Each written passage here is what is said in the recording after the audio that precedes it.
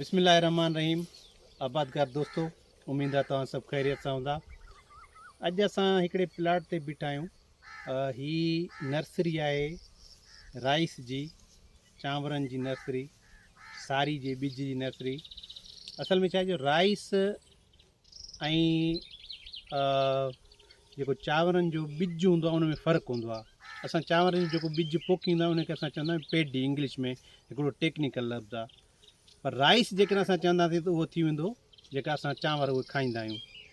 सो अॼु ही असांजे पाड़े में ज़मीनदार आहे, असांजो चाचू आहे, माइट बि आहे, पंहिंजो आहे। हू पंहिंजे एकड़ जे लाइ हुन नर्सरी लॻाई हुई ऐं हिन नर्सरी खे 25 खां तक़रीबन 30-35 ॾींहं थी विया आहिनि ऐं सुठी थी आहे नर्सरी। कुझु पाणी जा क्राइसिस हुया, हालांकि उमूमन या टेक्निकली असां चवंदा आहियूं त सारी जी जेका नर्सरी हुजे उहा 3 खां 4 हफ़्तनि जी हुजे। पर ही तमामु बहितरीनु हिन जी ग्रोथ थी आहे। किथे किथे हिन खे यूरिया फर्टिलाइज़र वधीक ॾियण जे करे हिन जी जेका टिप आहे उहा बर्न थी आहे। पर इहो इशू न आहे, छाकाणि त हीउ असांजो ॾाढो हेल्दी बूटो आहे ऐं शुरू खां हिननि जेको आहे हिननि खे फास्फोरस बि ॾिनो ऐं असां ॾींदा आहियूं हिते हिन खे। मतिलबु राइस जी जॾहिं नर्सरी लॻाईंदा आहियूं, ॿारियूं ठाहींदा आहियूं त ॿाहिरिनि में असां गंद किचिरो थोरो साड़े उनखे जेका राख हूंदी आहे उहा जेका असां कंदा आहियूं त नरम थिए, असांजो प्लाट नरम थिए।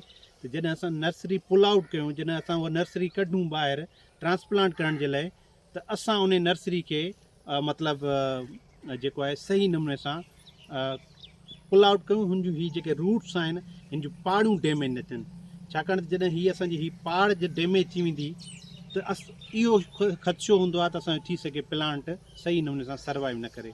ऐं नर्सरी खे लॻाइण जे टाइम खां जॾहिं पुल आउट कयो था तव्हां ट्रांसप्लांट करण जे लाइ, हिकिड़ी ॻाल्हि जो ख़ासि ख़्यालु रखंदा कयो त उनखे स्ट्रेस न अचे कंहिं बि क़िस्म जो।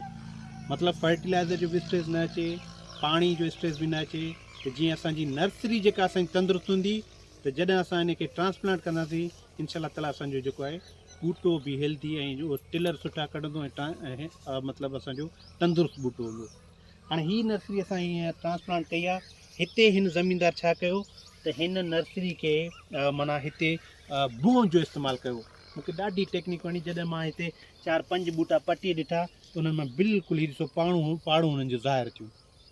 इहो मां फस्ट टाइम ॿुधो आहे, छाकाणि त जॾहिं मां PhD जो पंहिंजो कमु पियो कयां त असां उते बि इहा सिल्ट विझीसीं, उन में जेको आहे सीमेंटेड बेड हुया उन्हनि में नर्सरी लॻाईसीं। असां बि उहा 28 ॾींहंनि जी नर्सरी लॻाईसीं की तमामु हेल्दी थी आहे।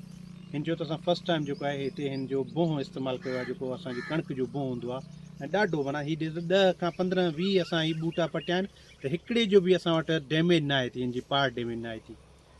नर्सरी पुल आउट करण जे टाइम ते कोशिशि करे इहो ख़्यालु कंदा कयो त हुनजी पार डैमेज न थिए, ठीकु आहे।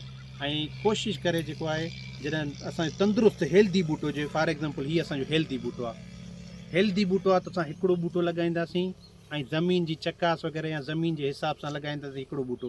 पर जेकॾहिं तंदुरुस्त बूटो न आहे, मिसाल कमज़ोर बूटो आहे, त असां उते कोशिशि करे 2 खां 3 बूटा लॻाईंदासीं, जीअं असांजी गैप फिलिंग न थिए, असांखे माना ॿिए वारे ते उहे उन्हनि जो नंबर ऑफ प्लांट्स जेके आहिनि, प्लांट्स पॉपुलेशन जेका आहे उहा घटि न थिए।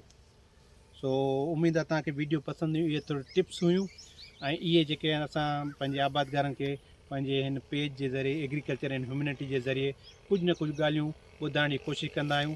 तव्हांखे वीडियो असांजी पसंदि अचे त लाइक शेयर एंड कमेंट ज़रूरु कजो ऐं पंहिंजी राय असांखे ज़रूरु ॾिजो। जेके शयूं असांखे रहिजी वञनि उहे तव्हांखे नेक्स्ट वीडियो में ॿुधाईंदी। Thank U.